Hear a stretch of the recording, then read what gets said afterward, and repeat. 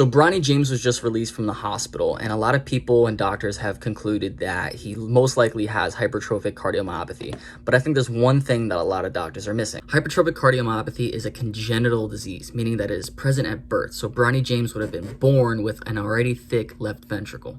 But this is something that is congenital, meaning you have it from birth. It's not something that you acquire later on in life, but is the most common cause of sudden cardiac death in athletes. And while I'm not doubting that it's hypertrophic cardiomyopathy, I think it's a specific condition within this disease that caused Bronny to have his cardiac arrest. More specifically, I want to look at athletes' hearts, which is a chronic hypertrophic cardiomyopathy due to excessive chronic exercise.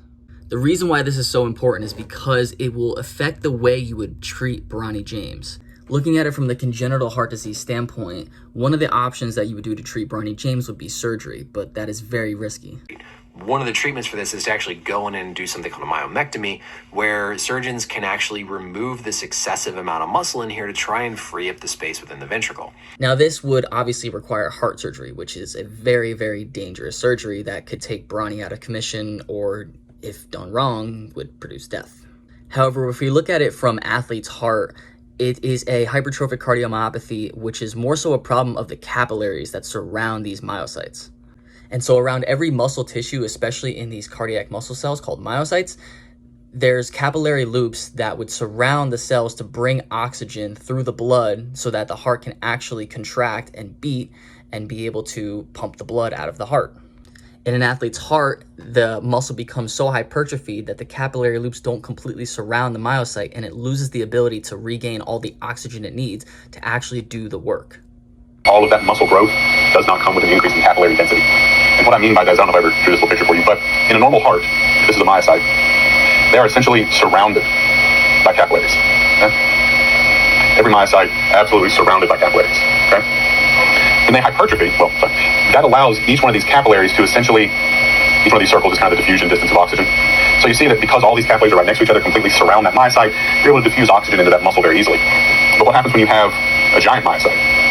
But you end up with the same number of capillaries around it. Now, even with their overlapping oxygen diffusion distances, the middle of that cell stays ischemic. The middle of that cell has very low oxygen, induces a lot of stress, okay? Kills that cell eventually.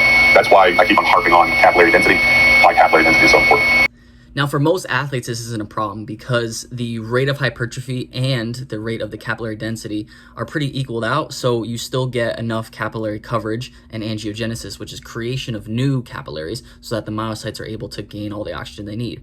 However, somebody of Bronny's caliber, who's exercising, no doubt, every day, all the time, very intensely to live up to possibly his father's expectations and the expectations of the public, this is something that chronic over-exercising could certainly bring upon.